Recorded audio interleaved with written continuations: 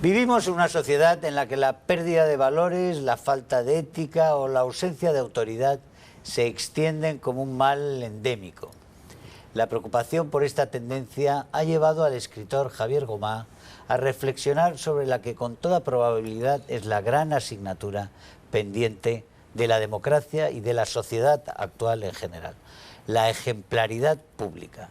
Este es el título del último libro del también filósofo, del Premio Nacional de Ensayo por su libro Imitación y Experiencia y actual director de la Fundación Juan March.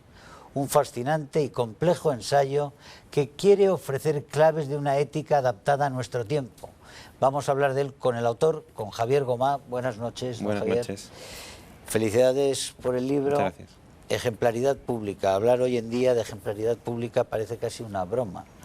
Es una broma si nos fijamos en los políticos que supuestamente la deberían encarnar, pero no lo es si nos fijamos en el ideal al que deberían aspirar. Y yo creo que es un concepto que sigue vigente en la sociedad, también en la sociedad española, pese a la abundancia de casos de corrupción, porque conservamos la capacidad de escandalizarnos.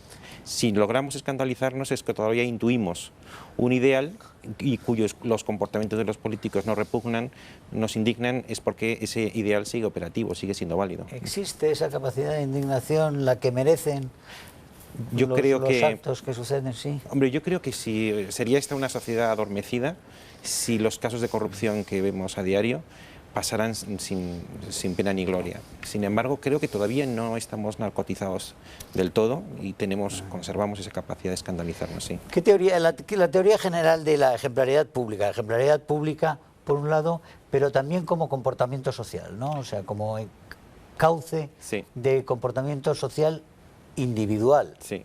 O sea, mi tesis es que durante los 3 últimos siglos la cultura ha sido dignísimamente una cultura de liberación individual, pero que esa liberación, sobre todo coincidiendo en los años 60, ha llegado a un máximo. Somos básicamente una civilización no represora. El hombre es libre. Entonces, un cierto lenguaje sigue subsistiendo, a mi juicio anacrónico, que es el lenguaje de la liberación. Lo vemos en artistas, lo vemos en intelectuales, lo vemos en políticos, incluso en presentadores de televisión. Siguen hablando una y otra vez sobre la necesidad de liberarse cuando ya estamos todos plenamente liberados. El problema ya no es la liberación, sino básicamente la emancipación, el uso responsable y cívico de la libertad. Este es el tema, aun cuando el lenguaje común sigue siendo el antiguo. Por eso, viendo ahora los casos concretos que tenemos en nuestra sociedad, digamos, ahora mismo un caso muy reciente, Pozuelo, ejemplaridad.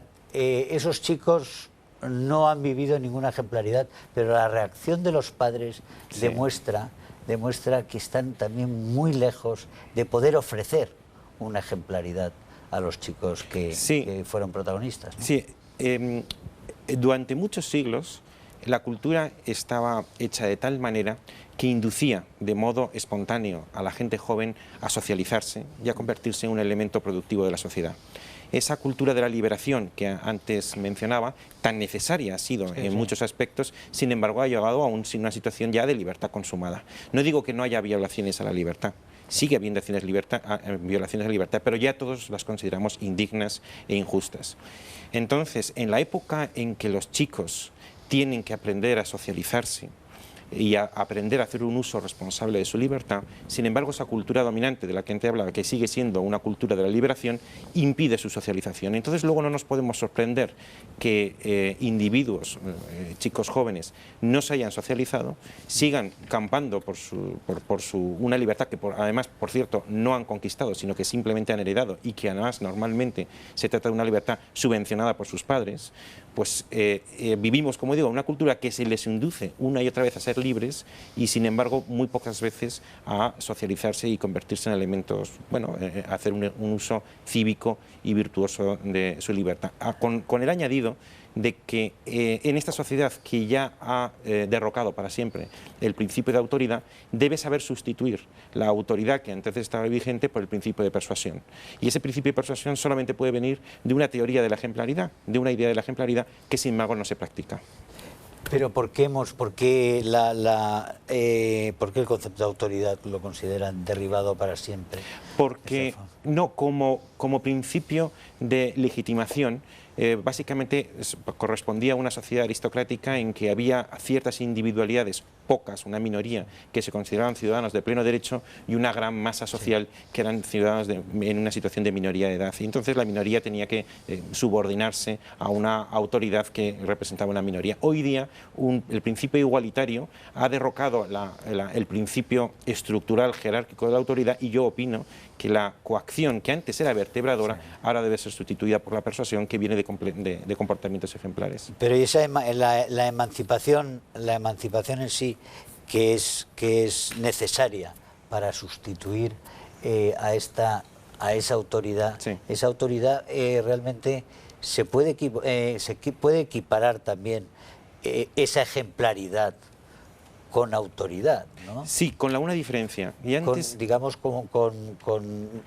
la llamada o la persuasión hacia la excelencia. sí, con una diferencia, que antes la autoridad era inherente a ciertas posiciones en la sociedad. Sí. Casi se podría decir que la autoridad se heredaba. Por ejemplo, la autoridad del padre. El hecho de ser padre, de ser un varón blanco paterfamilias, representaba necesariamente un principio de autoridad. Ahora no basta con ser padre. O dicho de otra manera, ser padre ya no es un hecho biológico. Ser padre es algo que uno tiene que merecer. Los hijos que ven en su padre un comportamiento no ejemplar no le concederán esa autoridad porque él no se lo ha ganado con su comportamiento. No es que no haya autoridad, sino que ahora es una autoridad que hay que merecer por el ejemplo.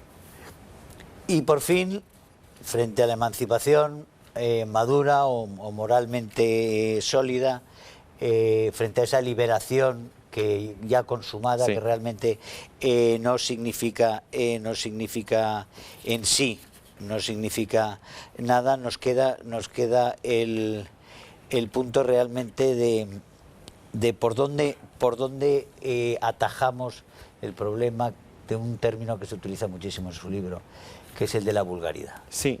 Bueno, yo en mi libro sobre la vulgaridad tengo una doble aproximación. Tengo un capítulo que se llama La vulgaridad, un respeto, que quiere decir la vulgaridad es un fenómeno rigurosamente contemporáneo porque es el resultado de la combinación entre la liberación y la igualdad. Cuando todos nos liberamos y al mismo tiempo todos somos iguales, el resultado es la vulgaridad, pero al ser emanación de la igualdad creo que merece un respeto y creo que hay que reconocerle una cierta justicia, una cierta verdad e incluso una cierta belleza que algunos poetas han sabido contar. Pero la vulgaridad es el punto de salida, no el punto de llegada. Es decir, debemos reconocer, y toda teoría que en el futuro quiera ser realista deberá reconocer la vulgaridad como una categoría cultural de primer orden, pero digo, la vulgaridad es aquello de lo que partimos para operar sobre ella una reforma, sí, hacer una dicotomía entre vulgaridad y ejemplaridad. Finalmente, que se nos echa el tiempo encima, la transgresión. Sí. La gratuidad de la transgresión en un momento en el cual la libertad, digamos, se tiene asumida y sin embargo sigue habiendo un culto a la transgresión. Sí, yo creo que dicho en una palabra, la transgresión durante en el tiempo de la liberación individual, por ejemplo en los carnavales, o las transgresiones que se pueden hacer de todo, tenía un sentido emancipatorio. Hoy día es como vaciar un vaso de agua en el océano. Pues muchísimas gracias. Muchas gracias. Javier Gomá, que ha publicado Ejemplaridad Pública, que se lo recomendamos a todos, un libro de máxima actualidad y un libro con muchísima enjundia. Muchísimas gracias. Muchas gracias. Javier Gomá.